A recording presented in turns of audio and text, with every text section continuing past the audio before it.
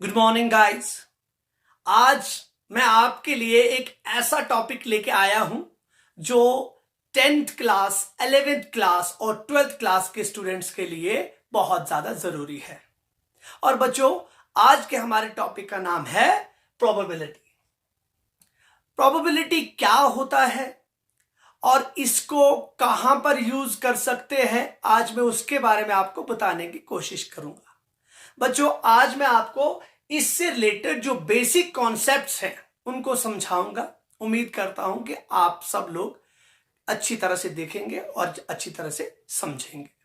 देखिए बच्चों, जो हमारा टॉपिक है प्रोबेबिलिटी, इसके लिए हमें कुछ चीजों के बारे में नॉलेज होना चाहिए जो हमारे, जैसे सपोज मैं एक यहां पे वर्ड इस्तेमाल करता हूं, दैट इज एक्सपेरिमेंट। एक्सपेरिमेंट। अब देखिए, मैं इस एक्सपेरिमेंट से आप क्या समझते हैं कि एक्सपेरिमेंट क्या होता है। जब भी हम किसी भी प्रोसेस को, किसी भी एक प्रणाली जिसको कहते हैं, या मैं किसी चीज के साथ कोई एक्सपेरिमेंट करने की कोशिश करता हूं तो वो किसी प्रोसेस के थ्रू होती है।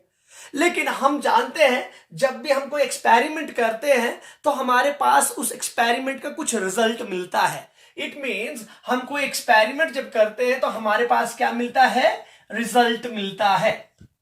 अब मैं यहां पर क्या बोलने की कोशिश करूंगा, जैसे एक बच्चा क्या है, फिजिक्स लैब में जाता है, फिजिक्स लैब की बात करते हैं, केमिस्ट्री लैब की बात करते हैं, तो हम लोग वहां पर क्या करते हैं कि कोई एक्सपेरिमेंट पकड़ने से पहले, कोई एक्सपेरिमेंट करने से पहले हम उस एक्सपेरिमेंट के बारे में जानते हैं, उस एक्सपेरिमेंट के बारे में थ्योरी जानते हैं कि इस एक्सपेरिमेंट को करके हमारे पास क्या रिजल्ट मिलने वाला है, हमारे पास फाइनल रिजल्ट क्या आएगा।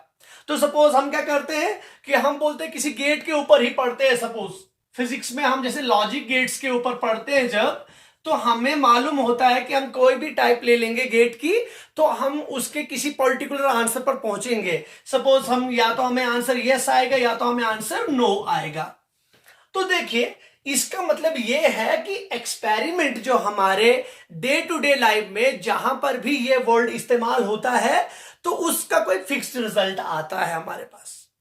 लेकिन फिजिक्स और केमिस्ट्री का मैंने एग्जांपल इसलिए लिया क्योंकि जब हम लोग क्या करते हैं, जब कोई एक्सपेरिमेंट करते हैं तो उसका कोई पर्टिकुलर आंसर के लिए हम एक्सपेरिमेंट कर रहे होते हैं और हम उस आंसर के पास पहुंच सकते हैं और पहुंचते भी हैं। अब देखिए, अब बच्चों, प्रोबेबिलिटी में जो है एक्सपेरिमेंट के साथ एक और वर्ड जुड़ जाता है, दैट इज रैंडम। जिन वर्ड्स को मैं आज आपको समझाऊंगा यही वर्ड्स प्रोबेबिलिटी का जो है बेस तैयार करते हैं। ये आपको समझ आ गए तो आप प्रोबेबिलिटी को सॉल्व कर सकते हैं। इट मींस, अब एक्सपेरिमेंट और रैंडम एक्सपेरिमेंट में क्या अंतर है। तो देखिए बच्चों, एक्सपेरिमेंट मैंने अभी आपको बोला कि एक्सपेरिमेंट एक ऐसी चीज है, मतलब एक ऐसा प्रोसेस है जिसमें हम क्या करते हैं, किसी फाइनल आंसर अगर हमारे पास है, जैसे फिजिक्स केमिस्ट्री के लिए मैंने आपको एग्जांपल दे दिया। लेकिन रैंडम एक्सपेरिमेंट की बात क्या है, रैंडम एक्सपेरिमेंट को एक्सप्लेन करने के लिए मैं आपके सामने एक कॉइन लेना चाहूंगा। देखिए बच्चों, ये मैंने एक कॉइन लिया है। अब इस कॉइन पे यहां पर क्या हो जाता है, कॉइन का मैंने आपकी तरफ टेल्स दिखाया है, इसके दो साइड्स हैं, एक टेल्स है और दूसरा हेड्स है। तो बच्चों, अब सपोज मैं इस कॉइन को क्या करता हूं, कॉइन को ऊपर थ्रो करता हूं, तो देखिए बच्चों, या तो अब हम प्रिडिक्ट नहीं कर सकते, हम ऐसा नहीं बोल सकते कि हमारे पास क्या है कि इसका आंसर प्रिडिक्ट कर सकते हैं। हम ये बोल सकते हैं कि प्रिडिक्शन तो अलग चीज है, लेकिन हम श्योरिटी नहीं दे सकते। श्योरिटी ये नहीं दे सकते कि मैं ऊपर इसको कॉइन को थ्रो करूंगा और लास्ट में हेड्स आएगा। तो इसका मतलब यहां पर क्या आ जाती है, यहां पर एक टर्म इन्वॉल्व हो जाता है कि हमारे पास चांस है। किसका चांस है, या तो हेड्स का आने का चांस है या तो टेल्स के आने का चांस है। इसका मतलब जो प्रोबेबिलिटी है उसके लिए एक और चीज यहां पर मैं यूज कर सकता हूं, दैट इज चांस। मतलब आप एक कॉइन को क्या करेंगे, जब थ्रो करेंगे, आप ऊपर फेंकेंगे तो आपको मालूम नहीं है कि इस कॉइन के ऊपर फेंकने पर पक्का हेड्स आएगा या पक्का टेल्स आएगा। इन दो में से कोई आ सकता है। लेकिन आप ऐसे नहीं बोल सकते कि मैं इसको कॉइन को थ्रो करूंगा और उसके बाद क्या आ जाएगा, आंसर हेड्स आ जाएगा। इसका मतलब वो एक्सपेरिमेंट्स, अब देखिए बच्चों डिफरेंस सामने दिख रहा है। एक्सपेरिमेंट्स, लेकिन रैंडम एक्सपेरिमेंट्स का क्या मतलब है कि जिनके जो आंसर्स हैं, जिनके रिजल्ट्स जो हैं वो हम क्या कर सकते हैं, हम खाली प्रेडिक्ट कर सकते हैं और हम ऐसा नहीं बोल सकते पक्का ये आने वाला है। तो मैंने कॉइन का एग्जांपल लिया, सपोज एक कॉइन का एग्जांपल लेके मैंने बोला कि क्या आ सकता है, या तो इससे हेड्स आ सकता है या तो इससे टेल्स आ सकता है। तो बोलिए बच्चों ये दो रिजल्ट आ सकते हैं, बट हमें ये मालूम नहीं कि हेड्स आएगा या परफेक्ट टेल आएगा, या तो हेड आ सकता है या तो टेल आ सकता है। तो एक वर्ड और इन्वॉल्व करवाना पड़ेगा, दैट वर्ड इज चांस। तो हम क्या कह सकते हैं, कॉइन को थ्रो करने पर we have the chance of getting head और टेल। पहली बात होगी बच्चों। तो रैंडम एक्सपेरिमेंट शायद आप समझ गए होंगे कि रैंडम एक्सपेरिमेंट हम प्रोबेबिलिटी में इस्तेमाल करते हैं। क्यों इस्तेमाल करते हैं? क्योंकि ये वो एक्सपेरिमेंट होता है जिसके जो रिजल्ट्स होते हैं वो हमें पक्के ढंग से मालूम नहीं होते। मतलब हम ये नहीं कह सकते कि इस वक्त मैं फेंक के इस कॉइन को फेंकूंगा तो हेड्स आएगा, टेल्स भी आ सकता है। चांस, तो इसका मतलब प्रोबेबिलिटी को हम चांस भी कहते हैं। और चांस के साथ साथ रैंडम एक्सपेरिमेंट क्या हो गया, रैंडम एक्सपेरिमेंट एक ऐसा एक्सपेरिमेंट हो गया जिस एक्सपेरिमेंट के जो आंसर्स होते हैं, जो रिजल्ट्स होते हैं, उनके बारे में हम क्या कर पाए, उनके बारे में हम श्योर ना हो, उनके बारे में हम ये कह पाए कि चांस है ये चीज आने का। लेकिन हम जानते या तो हेड्स आएगा या तो टेल्स आएगा, पर ऐसा नहीं बोल सकते, श्योरिटी से नहीं बोल सकते कि हेड्स आएगा या टेल्स आएगा। देखिए अब मैं क्या कर रहा हूं, रैंडम एक्सपेरिमेंट पहली टर्म थी जो आपको प्रोबेबिलिटी के लिए समझ आनी चाहिए। अब अगर मैं दूसरा एग्जांपल आपके सामने रखूं तो आप स्नेक्स एंड लैडर, आपने एक गेम खेला होगा, सांप सीढ़ी जिसको कहते हैं। आप उस पर डाइस का इस्तेमाल करते हैं और उस डाई को फेंकते हैं जब, देखिए आपके पास एक क्यूब शेप डाई होती है, तो आप इसके ऊपर क्या होता है, इसके ऊपर मार्क किए होते हैं, मतलब डॉट्स होते हैं। यहां पर 6 होंगे, एक जगह पे 6, मतलब 1 2 3। जब सांप सीढ़ी आप खेलते हैं तो आपके पास 1 भी आ सकता है, 2 भी आ सकता है, 3 भी आ सकता है, 4 भी आ सकता है, 5 भी आ सकता है और 6 भी आ सकता है। उसी तरीके से मैंने कॉइन का एग्जांपल लिया, कॉइन में हेड आ सकता है या टेल आ सकता है। दो एग्जांपल्स। उसके बाद जो मैं तीसरा एग्जांपल आपको देने वाला हूं बच्चों, वो है डेक ऑफ कार्ड्स। देखिए आप ताश के पत्तों का एग्जांपल दे देता हूं मैं यहां पर। तो सपोज बच्चों ये ताश के पत्ते हैं। देखिए ये ताश के पत्तों में क्या है कि हम जानते हैं कि 52 कार्ड्स होते हैं और इसमें भी हमारे पास चांस की बात आती है कि एक कार्ड को अगर मैं यहां से निकाल दूं तो इस कार्ड के बारे में मुझे मालूम नहीं है कि ये कार्ड कौन सा। अगर इसको इधर कर दूं, अब दूसरे कार्ड को निकाल दूं और इसको इधर डाल दूं, तो इसका मतलब कितने तरीके से मैं इस एक कार्ड को 52 कार्ड में से निकाल सकता हूं। ठीक है, तो बच्चों ये कुछ एग्जांपल्स थे जिन एग्जांपल्स से हम क्या बोल सकते हैं कि these all are the random experiments. एक और एग्जांपल जोड़ देते हैं। तो ये बेसिक से एग्जांपल्स थे। एक और एग्जांपल, सपोज मेरे पास एक बैग है और उस बैग में क्या है, उस बैग में बॉल्स हैं, रेड कलर की बॉल्स भी हैं, ब्लू कलर की बॉल्स भी हैं, येलो कलर की बॉल्स भी हैं। तो बच्चों अब मैं उस बैग में देखूंगा नहीं, तो हमारे पास जब मैं उस बैग के अंदर हाथ रखूंगा और वहां से कोई एक बॉल निकालूंगा, तो रैंडमली मतलब अपने आप को मैं एक बॉल निकालूंगा, तो आई डोंट नो कि कौन सी बॉल निकलने वाली है, रेड कलर की निकलने वाली है, ब्लू कलर की निकलने वाली है, येलो की या ऑरेंज की। तो उसी तरीके से उस किस्म के एक्सपेरिमेंट्स को हम क्या कहते हैं, रैंडम एक्सपेरिमेंट्स कहते हैं, जिनमें चांसेस बन जाए। क्या बन जाए बच्चों? चांसेस। तो पहला कॉन्सेप्ट आपके दिमाग में आ गया होगा। अब बच्चों में दूसरी इंपॉर्टेंट टर्म है वो है आपके पास आउटकम्स। तो second term is outcomes. First is random experiment and second one is outcomes. अब देखिए मैं आपको 4 टर्म्स के बारे में बताऊंगा। तो चारों के चार टर्म्स जब आप समझेंगे तो आप पूरी प्रोबेबिलिटी को समझ पाएंगे। Second one is total outcomes. अब देखिए बच्चों, आप यहां से ही समझ चुके होंगे कि टोटल आउटकम्स क्या कहने की कोशिश हो रही है। मतलब हम ये कहने की कोशिश कर रहे हैं कि वो रिजल्ट्स जो मैंने अभी अभी एक्सप्लेन किए थे कि कॉइन को फेंकने पर या तो हेड आ सकता है या तो टेल आ सकता है, तो इसका मतलब आ सकना, चांसेस, किसके आने के चांसेस, पर वो जो रिजल्ट्स है उनका नाम क्या होता है, आउटकम्स होता है।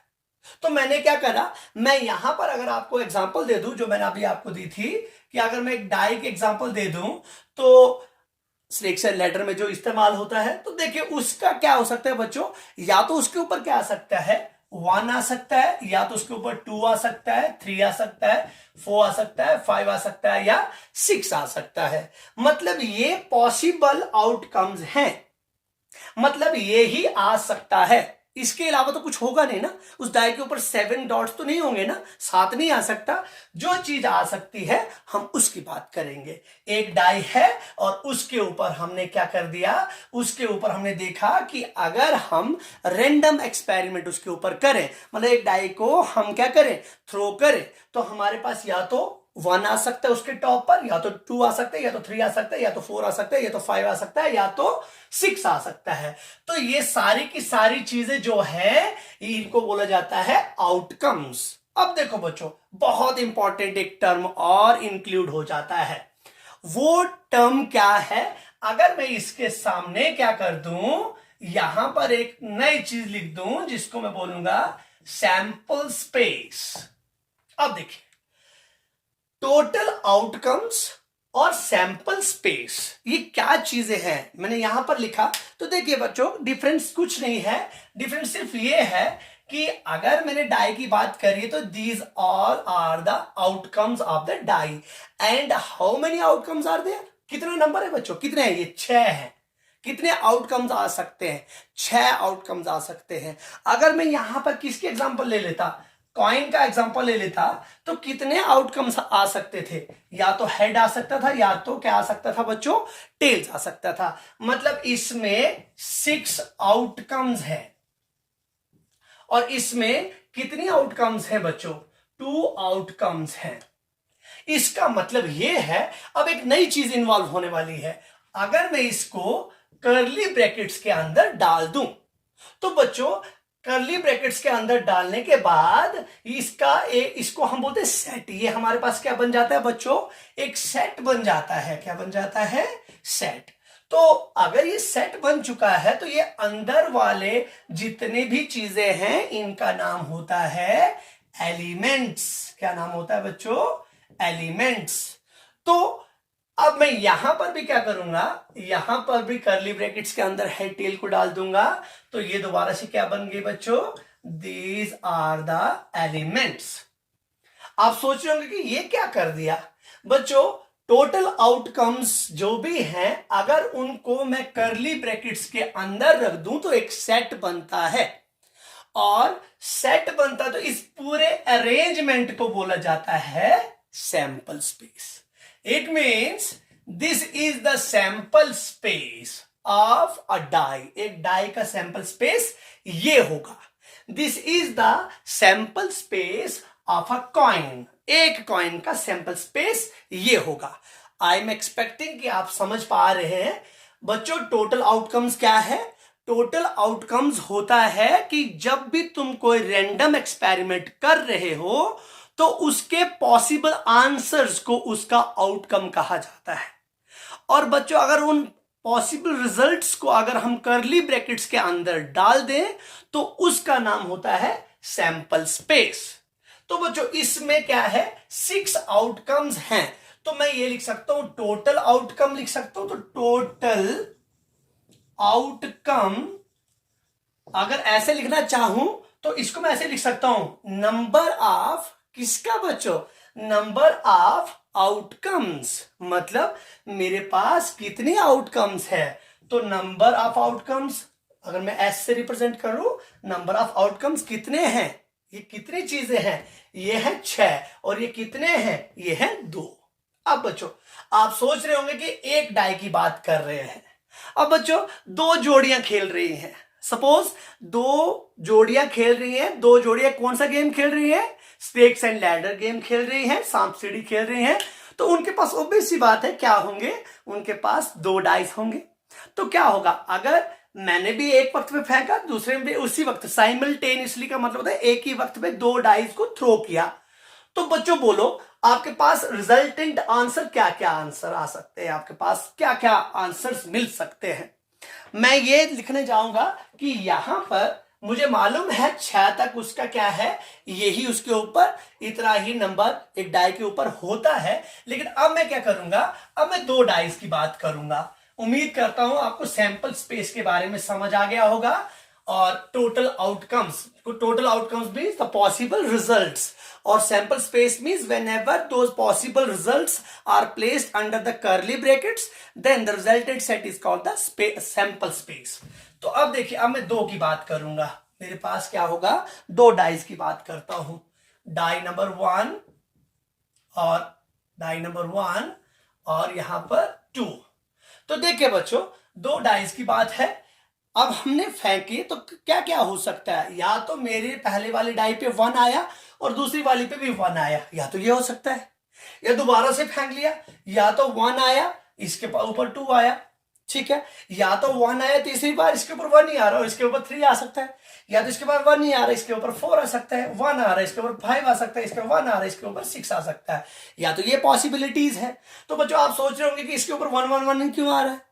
तो बच्चों मैं आपको ये बोलने जा रहा हूं कि क्या क्या केसेस हो सकते हैं। सपोज मेरी डाई पे 1 आया, आपकी डाई पे 2 आया, तो 1 और 2 आ गया। मेरी डाई पे 6 आ गया, आपकी डाई पे 1 आया, 6 और 1 आ गया। तो कितने केसेस बन सकते हैं वो मैं बताने जा रहा हूं।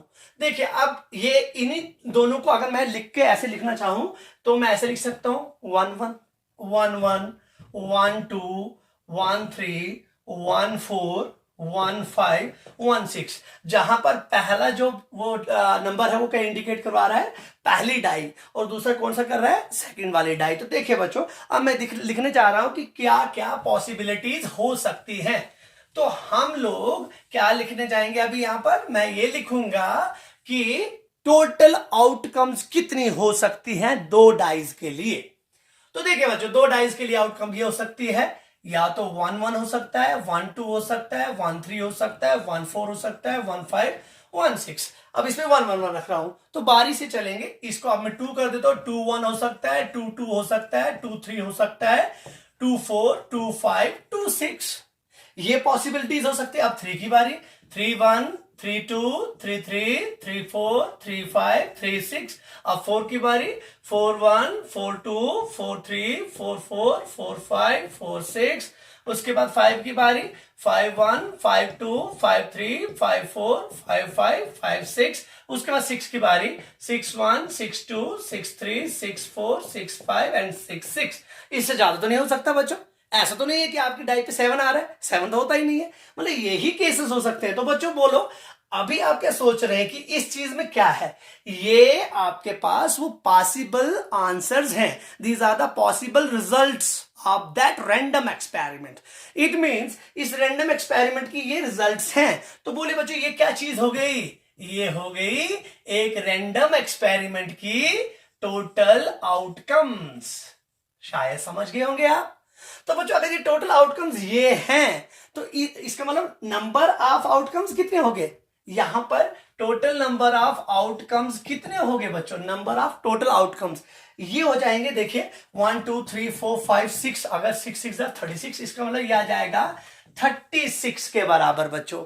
मतलब ये तो बच्चों अगर मैं इसको ऐसे कर दूं तो बोलो क्या बन जाएगा, ये बन जाएगा सैंपल स्पेस। ये क्या बन जाएगा, sample space. whenever the total outcomes are placed under the curly brackets then the resultant set is called the sample space।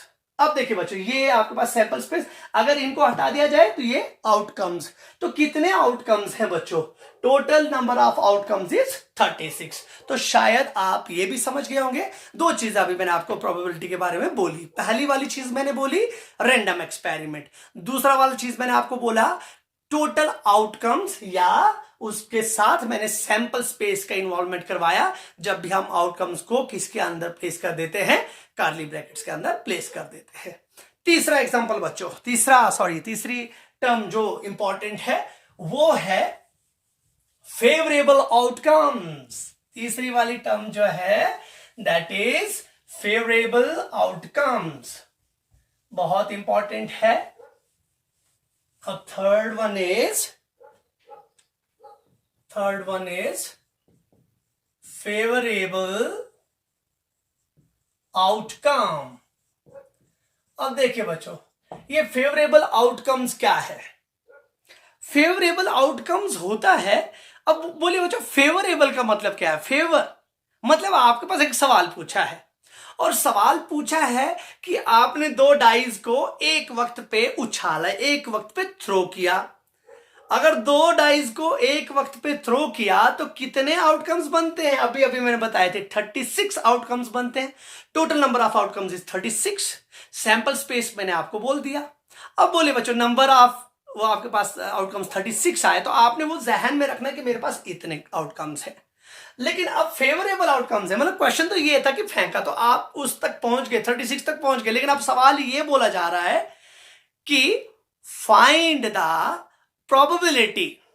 अब बच्चों अभी फाइंड द अभी प्रोबेबिलिटी के लिए सारी चीजें बोलनी पड़ेगी। Find the probability of getting, क्या मिलने का।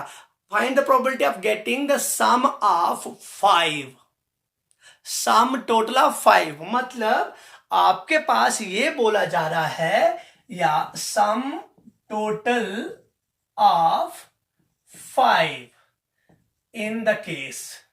बच्चों ये जो है ये मतलब आप ये समझ सकते हैं कि फेवरेबल आउटकम्स का मतलब ये है कि ये वो रिजल्ट्स हैं जो हमें पूछे गए हैं, जिनकी बेसिस पर हम अपने क्वेश्चन को सॉल्व करेंगे, जिनकी बेसिस पर हम प्रोबेबिलिटी को सॉल्व करेंगे, जिनके ऊपर प्रोबेबिलिटी अप्लाई होगी।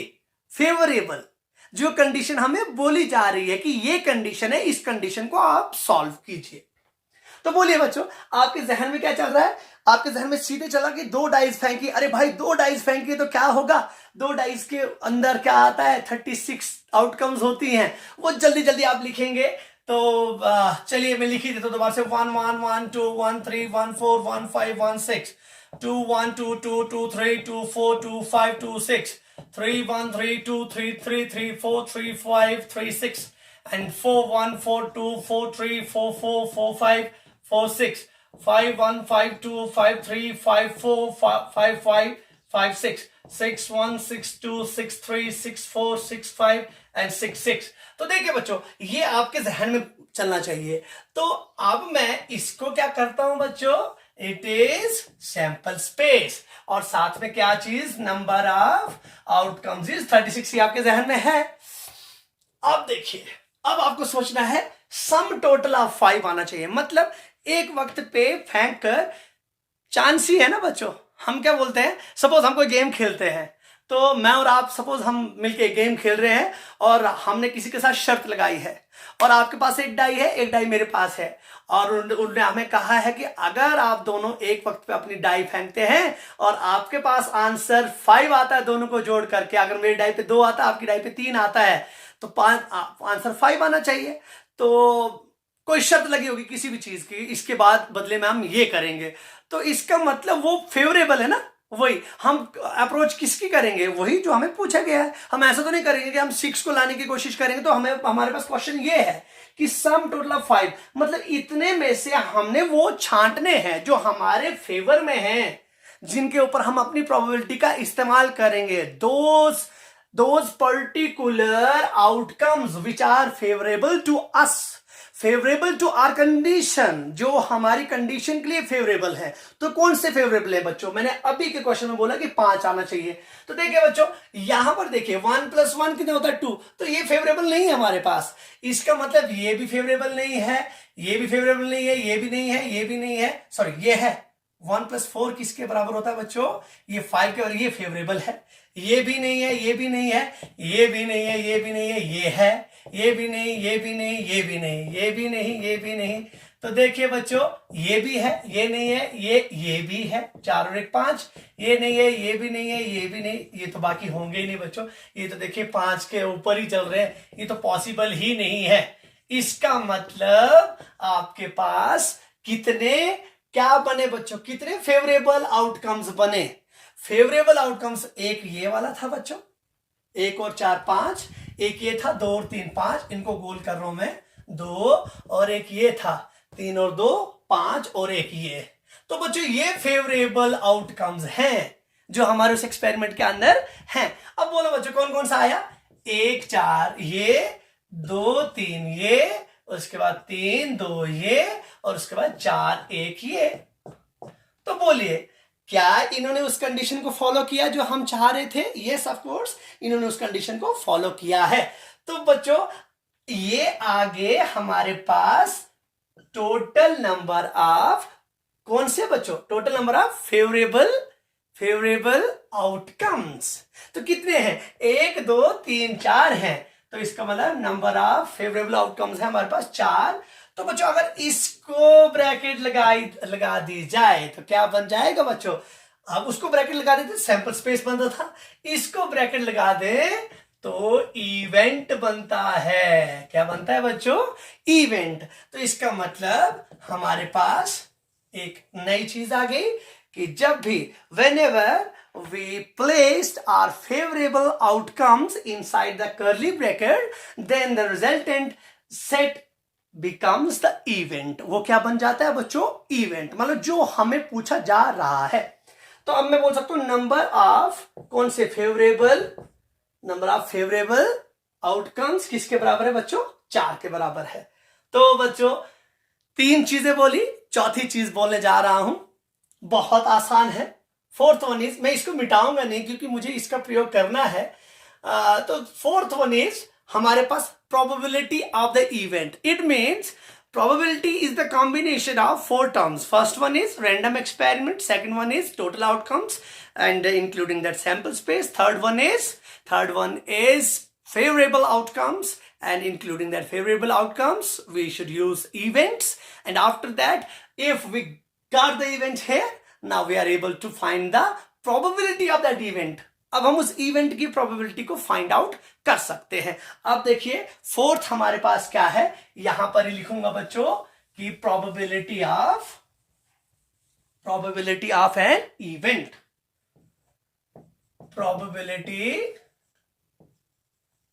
Probability of an event. अब ये कैसे कैलकुलेट करते हैं, इसके लिए मैं आपको फॉर्मूला बता देता हूं। किसी एक इवेंट की प्रोबेबिलिटी को हम ऐसे कैलकुलेट करते हैं, उसके लिए फॉर्मूला है। यहां पर फॉर्मूला है, सबसे पहले मैं लिखूंगा probability of event, P of E से रिप्रेजेंट कर सकते हैं। ये किसके बराबर होता है बच्चों, नंबर ऑफ आउटकम्स पर कौन सी वाली बच्चों, फेवरेबल आउटकम्स। तो फेवरेबल आउटकम्स के लिए any number of favourable outcomes divided by, या इवेंट के लिए डिवाइडेड बाय बच्चों कौन सा number, total number of events. मतलब कितने फेवरेबल हैं और कितने में से हैं, divide by total number outcome. इसको सिंपल ऐसे भी लिख सकते हैं, probability of an event is equals to, किसके बराबर आ जाएगा बच्चों, एक इवेंट की प्रोबेबिलिटी अगर हमें एक्सप्लेन करनी होती है तो हम यहां पर लिखते हैं favourable outcomes divided by total outcomes. तो बहुत आसान है। तो अब जो मैंने क्वेश्चन अभी दिया था, तो बोले बच्चों कैसे आएगा, आपके पास सवाल ऐसे पूछा जाएगा, 2 डाइस थ्रोन साइमल्टेनियसली। अगर 2 को एक वक्त पे ही फेंका जा रहा है, एक बार फेंक दिए, ये वाली चीज है। Find the probability of getting the sum of 5। जो मैंने आपको, तो कितने आए थे बच्चों, ये थे ना सम ऑफ 5 के। तो टोटल नंबर देखिए बच्चों, आपके पास इस वाले क्वेश्चन में क्या था, एन ऑफ ई है हमारे पास 4 और एन ऑफ एस है हमारे पास पूरा 36। तो प्रोबेबिलिटी ऑफ इवेंट किसके बराबर होगी बच्चों, N of E divided by N of S. तो यह जाएगा 4/36। तो आपके पास कितना आया बच्चों, 4/36 आपके पास प्रोबेबिलिटी आई। That is 4/36। इसको डिवाइड करके आप 1/9 लिख सकते हैं। तो देखिए यहां पर एक बात याद रख लीजिएगा, यहां पर बात यह है कि आपकी जो प्रोबेबिलिटी होती है वो 1 से ज्यादा नहीं हो सकती कभी भी। प्रोबेबिलिटी जो है वो 1 से बड़ी नहीं हो सकती, और मतलब 1 से बड़ा नहीं होना है, और 0 जो है 0 के ऊपर तो वो इवेंट एग्जिस्ट ही नहीं करता। इसका मतलब कभी भी आपसे कोई पूछे कि प्रोबेबिलिटी के जो आंसर्स होते हैं वो कहां कहां पर लाई करते हैं, तो कहां कहां पर लाई करते हैं बच्चों, वो 0 से 1 के बीच में प्रोबेबिलिटी होती है। जो 1 जब प्रोबेबिलिटी आएगी तो वो श्योर इवेंट कहलाया जाता है, उसका नाम क्या होता है, श्योर इवेंट। तो ये क्या है, इम्पॉसिबल चीज है ये, इसको पॉसिबल नहीं कहते हम कि हाँ 0 पॉसिबिलिटी नहीं, इम्पॉसिबल चीज है। तो 0 और 1 के बीच में आपके पास क्या होती है, प्रोबेबिलिटी होती है। अब बच्चों इसी को अगर देखिए बच्चों, अब मैंने एक कॉइन नहीं लेना है, अब मैं कितने कॉइन ले लूंगा बच्चों, 2 कॉइन ले लेता हूं। इसको मैं ऐसे ही रखूंगा, 2 कॉइन ले लेता हूं। तो यहां पर जब हम 2 कॉइन्स को फेंकेंगे, देखिए ये 2 कॉइन्स है, अब दोनों को एक ही वक्त पे इधर से भी थ्रो करूंगा, इसको इधर से थ्रो करूंगा। तो सपोज दोनों को थ्रो किया जाता है, सॉरी, दोनों को थ्रो करके हमारे पास क्या आ सकता है, या तो क्या आ सकता है बच्चों, अगर इसकी अगर आपको देखना है, यहां पर लिख देता हूं मैं, अगर दोनों क्या है आपके पास, दोनों को थ्रो करके अगर आपके पास क्या आ रहा है, या तो हेड और हेड, दोनों पे हेड और हेड आ सकता है, या तो एक पे हेड आ सकता है, दूसरे पे टेल आ सकता है, या तो पहले वाले पे टेल आ सकता है, दूसरे वाले पे हेड आ सकता है, या दोनों पे टेल और टेल आ सकता है। बोले बच्चों ये क्या बना, दिस इज टोटल आउटकम्स। किसकी आउटकम्स, एक रैंडम एक्सपेरिमेंट की आउटकम्स। केड़ा रैंडम एक्सपेरिमेंट, कौन सा, एक ऐसा रैंडम एक्सपेरिमेंट जिसमें हमने 2 कॉइन्स को लिया। क्लियर हो गया, पहली चीज random experiment of 2 coins, clear. उसके बाद उसके पॉसिबल, उसके रिजल्ट्स, टोटल आउटकम्स ये हो सकती हैं। आफ्टर दैट क्या बन गया भाई, ये बन गया sample space of that experiment. उसके बाद अगर मैं बोलूं आप find the probability of getting 1 tail, at least 1 tail, find the probability of getting at least 1 tail. तो पहले वो मैं प्रोबेबिलिटी को साइड कर रहा हूं, getting at least 1 tail, getting at least 1 tail is that particular condition जो हमारे लिए फेवरेबल है। तो गेटिंग एट लीस्ट 1 टेल मतलब इनमें से कम 1 टेल होना चाहिए। अरे भाई इसमें भी 1 टेल है, इसमें भी 1 टेल है, अब आप बोलोगे इसमें 2 टेल, अरे भाई एटलीस्ट बोला है, कम से कम 1, तो ये भी आगे कितने फेवरेबल इवेंट्स आ गए, 3, मतलब HT और दूसरा TH और तीसरा TT। तो बोले बच्चों ये क्या बन गया, this is the favourable events, ये फेवरेबल आउटकम्स है। तो नंबर ऑफ फेवरेबल आउटकम्स किसके बराबर बन गया आपके पास, 1 2 3।